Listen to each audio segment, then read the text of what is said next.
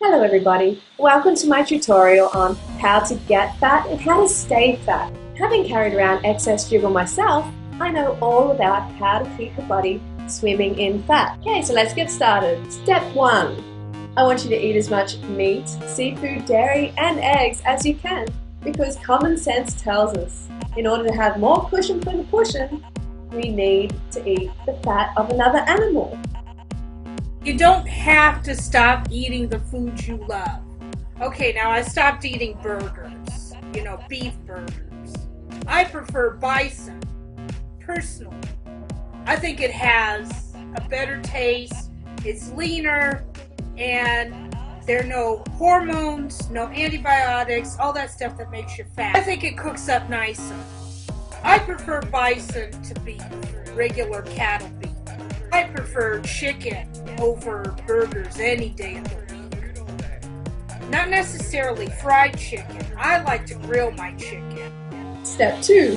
Make sure you avoid all clean carbohydrate sources such as fruit, rice, pasta, potatoes, root vegetables, all those sort of foods because they will cause you to lose fat. No. Remember, the goal here is to keep you a tubster. Step 3. Diets don't work! Go on a different fat diet each week.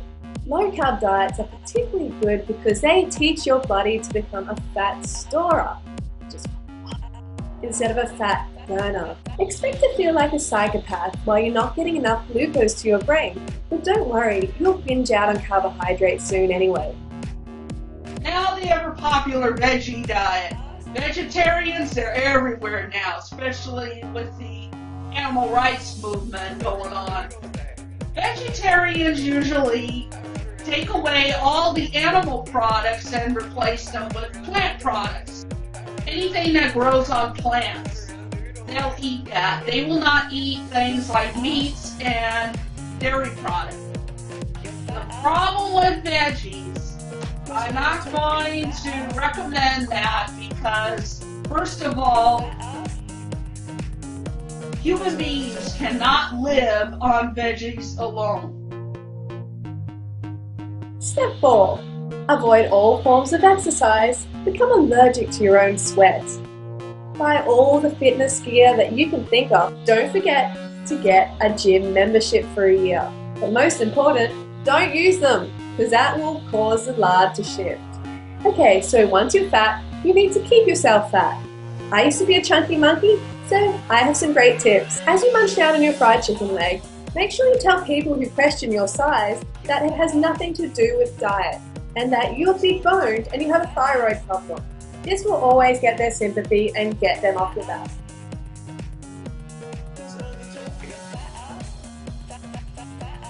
Make sure you post random jealous comments on fit chicks videos. Say they're anorexic or they're skinny.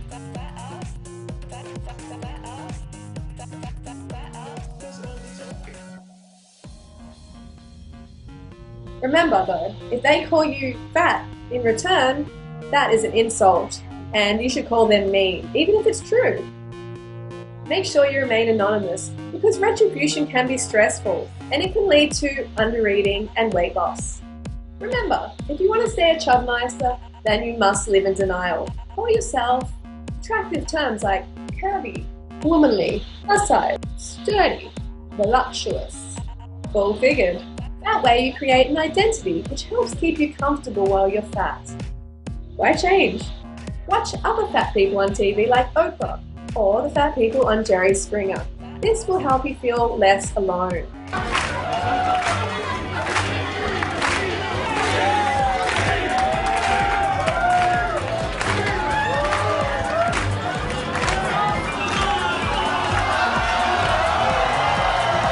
Because it's not your fault you're fat, make sure you sue fast food joints because this will raise more revenue for your fried chicken and burgers. Sao Paulo, Brazil. A Brazilian court ruled this week that McDonald's must pay a former franchise manager $17,500 because he gained 65 pounds while working there for a dozen years. So I just got back from a run and I was thinking, I just want you to know that this video is not intended to hurt anyone. But it is intended to hopefully wake up those who are in denial about being fat. Because a fat is killing you. You know, the fat is killing the environment, the animals. It's bad for everything. You know, it's bad for your health, it's bad for your appearance, your relationships. So I just want you to get that, and hopefully you can make some changes, because a change is needed, or else you're going to check off the planet early, and it's going to be your fault. It's going to be no one else's fault except yours.